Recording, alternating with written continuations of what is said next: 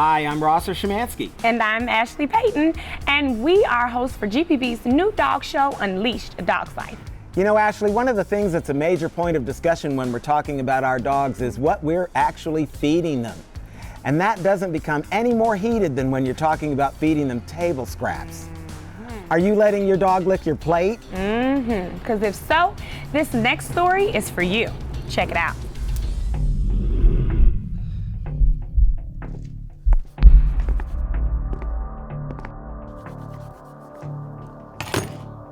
Or you know what we're here for. I don't. We know you've been doing this. You might as well admit it right now. Well, if you know, you don't need me to admit it. No, I need you to admit it. What proof do you even have? We've got all kinds of proof. First thing you need to do is admit the truth. That you're feeding Cinnamon all this kind of junk All stuff. this don't mean nothing to me. Okay. It wasn't me.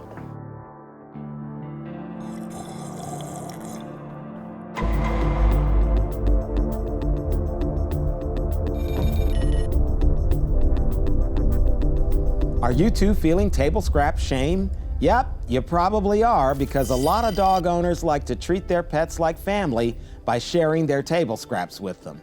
And if that's you, there's some good news and some bad news about this practice.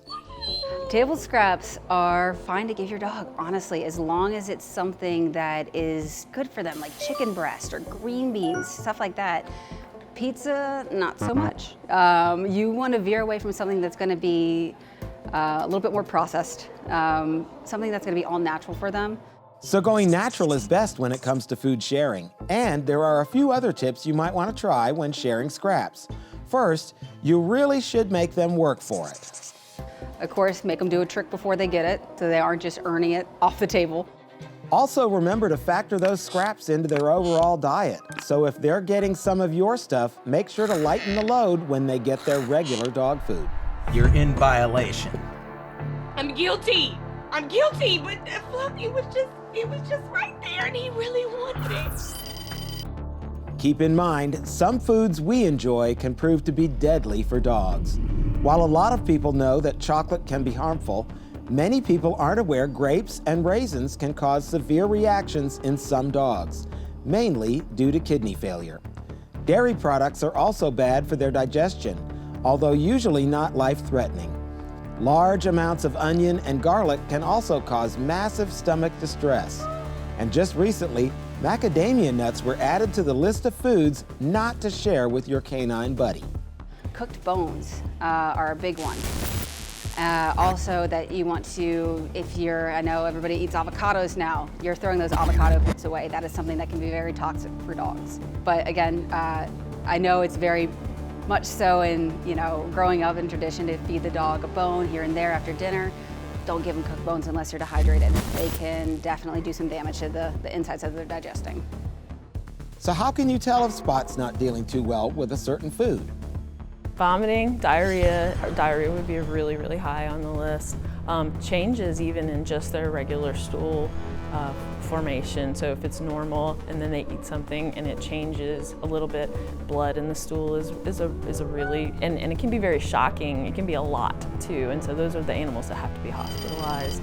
And finally, a note of warning, some dogs once given table food never want to go back to kibble food.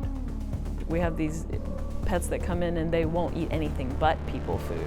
And so working on weaning them towards a more healthy diet takes a really long time. What folks will find is that once they start introducing really delicious people food, they may not get their pet to eat dog food ever again because they know if they wait long enough, someone's going to give me something I want. Hopefully, by using these simple tips, chances are this won't happen to you. I am a good dog mom. No more table scraps for Fluffy. Fluffy.